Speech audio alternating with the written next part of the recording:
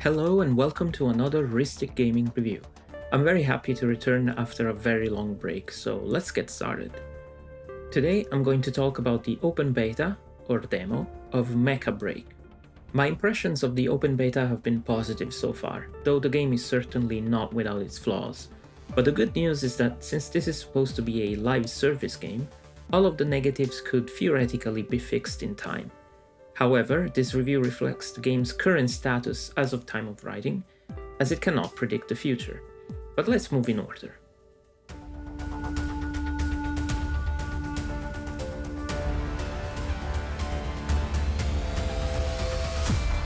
The art style of Mecha BREAK is a blend of futuristic and mechanical aesthetics, drawing heavy inspiration from the mecha anime genre, while still maintaining a somewhat realistic tone to it. The detailed designs of the robots are complemented by vibrant color schemes and sharp, intricate textures, which bring each mecha to life in a visually striking way. The environments are equally impressive, ranging from bustling urban landscapes to desolate post-apocalyptic wastelands. The character models are detailed and varied, though I will touch on that later in the review. The game is based on Unreal Engine 5, and overall looks nice and modern. On the other hand, optimization is, at the moment, not great. First, for whatever reason, you're only allowed to use the DX12 renderer, which is the one you want since DX11 lacks access to DLSS and frame generation, if you own at least an RTX 4070 Super. If you have a 4070 or under, you're out of luck. Though fortunately there is an easy trick to force the game to use the DX12 renderer regardless of your card. Unless it does not support the X12, but in that case your card is probably too old to play this game anyway. Even then, while the game on my system, which has an RTX 4070 and a Ryzen 7 5800X, runs at high frame rates most of the time at 1440p, during certain situations I experienced several noticeable frame drops, even with frame generation turned on, though they were never so bad that the game became unplayable or even close to it.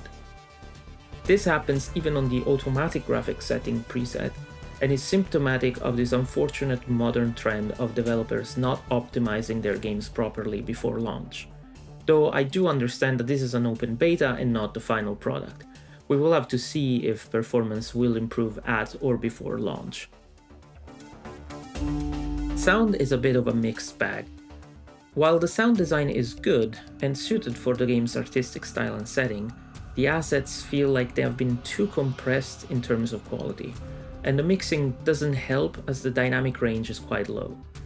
On one hand, it is understandable, as there is a lot going on during battles, but on the other, I would have preferred a more pristine, clear soundstage. The music is okay, but aside from the menus, it is quite subdued in the default mixing anyway, and therefore most players would hardly notice it in the first place.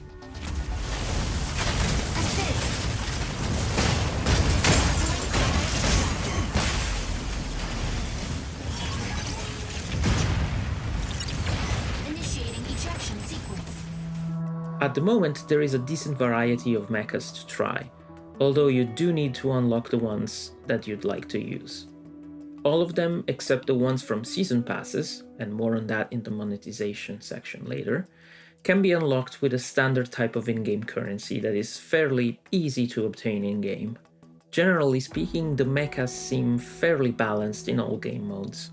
Whenever I play any PvP or PvPvE match, I see a lot of variety in terms of team composition, which is a good sign. Additionally, several game mechanics are in the game to prevent massive mechas from dominating a match. For example, while some ultra-heavy mechas can have devastating firepower and defense, they can become extremely vulnerable at close range and suffer significant penalties in terms of mobility. With that being noted, opinions on this from the community are mixed, with some people complaining about snipers or specific mechas being overpowered, but being an open service game, naturally there will be numerous changes throughout. There is also a good variety of weapons and abilities. There is a different feel to all of the separate categories of mechas, which helps to keep the gameplay fresh and encourages the players to experiment. Currently, there is only one PvPvE mode called Mashma, and a couple of different PvP modes that blend objective-based gameplay with classic team deathmatch. I have personally enjoyed all of the game modes. The cooperative mode is quite addictive and a lot of fun, but it is not without issues. During a match, you can find loot in various forms, like boxes, research files, paint unlocks, and so on, after you defeat boss enemies. However, your mecha has a limit on the amount of cargo that you can keep, which increases depending on your current account's achievement level. For the amount of loot that you can find in this mode, the cargo space seems extremely limited, and while you do have the chance of summoning rockets that can permanently save free items that you have collected, you can only do so 3 times per mission, and there is a cooldown of 10 minutes each time you do so. This to me seems like an artificial way of limiting progress and leads to frustration, especially since you lose everything that you have collected, except the items you launched into space with the rockets, if your mecha gets destroyed. In fairness to this last point, you do have several chances of extracting from the mission at various points if you feel like you won't be able to survive its entire duration, giving you a chance to strategize. I won't go too much in depth as there will be lots to cover, but I do want to touch upon the concept of gliders. These must be unlocked first, but can be summoned and used by the player to aid in combat.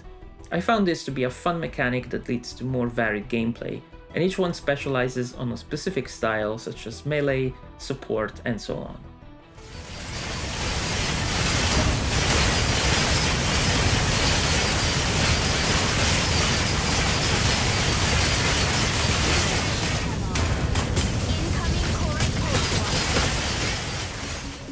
Unfortunately, monetization is the most worrying aspect of the game.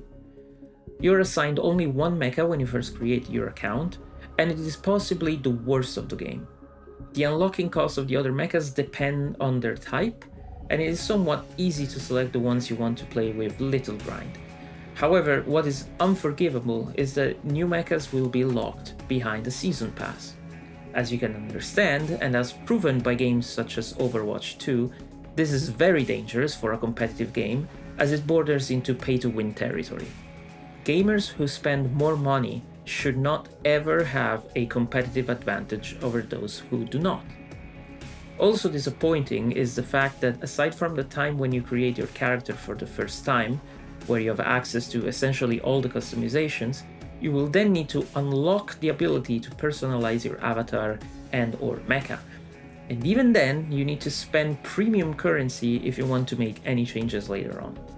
There is really no justification for this, and I hope that the developers will reconsider this choice.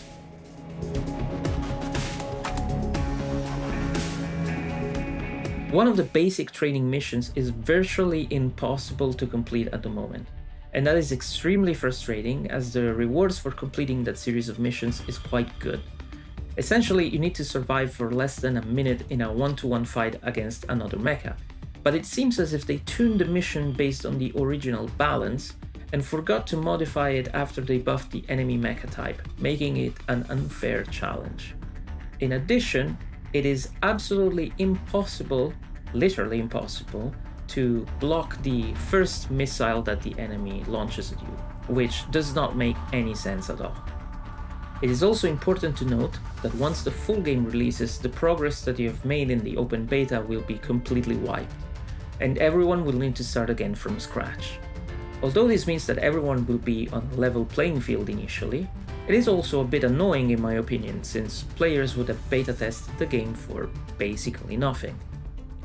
Another concern that has been raised by the community is the implementation of anti-cheat engine, ACE. While the intention behind ACE is to ensure fair gameplay, there are significant issues associated with it. Since this is a kernel-level solution, it requires high-level access to your system, which is on its own a privacy concern and could lead to security vulnerabilities.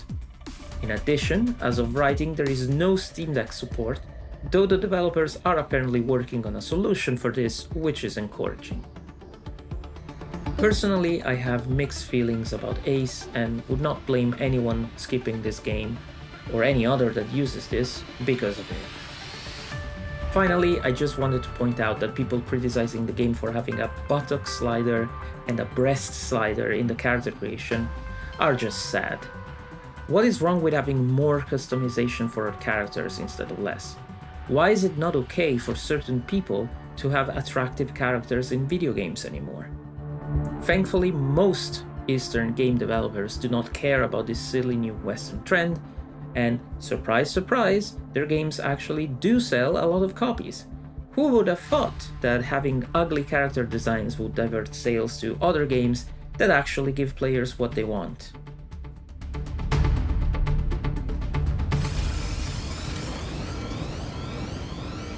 Energy low. Unavailable.